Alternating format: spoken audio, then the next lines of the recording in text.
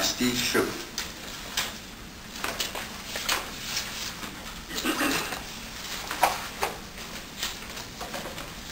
Good morning, board and management. My name is Steve Shoup. I live in Walton, Oregon, and I'm here as a individual activist.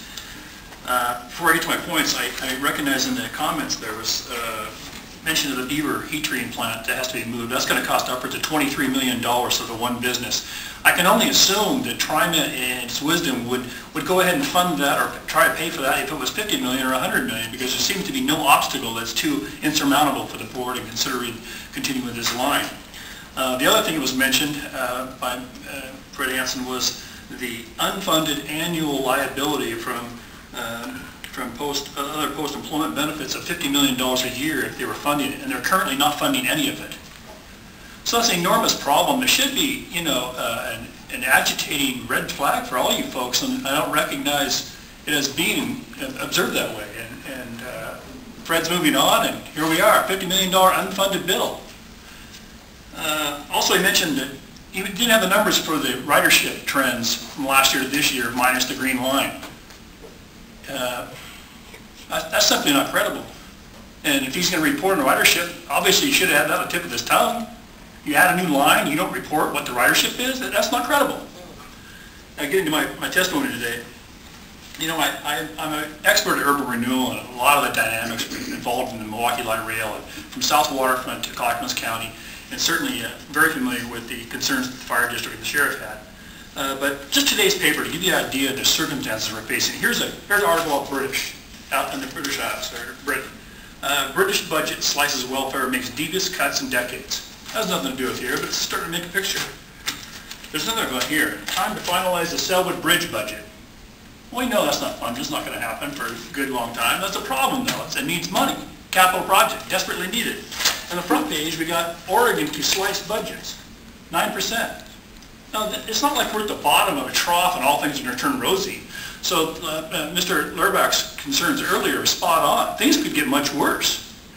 Now, moving on to my documents, I gave you copies of my testimony there. First comes this notion of financing versus funding. And, on the McLaughlin area urban renewal plan that Clackamas County is preparing, they hired Eco Northwest to produce a memorandum on potential funding for that plan. During that time, they made a distinction between funding and financing. And funding comes ultimately from households and businesses that pay taxes and fees that give the various levels of government money to build public improvements. When the funds for projects are borrowed and paid back over time, then these costs have been financed. And there's a big difference there. My contention is that Milwaukee Light Rail is not funded. It's financed. Even your own share is bonded money that you haven't created any new revenue for. In fact, you're relying on future operating revenue to retire those debts. And from top to bottom, it's the same thing. The current lottery fund, lottery bonds, is exactly the same one thing. You know that the current lottery revenue stream is already dedicated or committed and flowing to budgets that are constraining. So we know that in the future down the road here, this coming year, the state distribution to the counties and the municipalities of the lottery money was going to diminish. What you're proposing here is moves forward with something that's going to further diminish the distribution of lottery funds. Not an increase in gambling or lottery revenue. And again, this is a financing tool, it's not funding.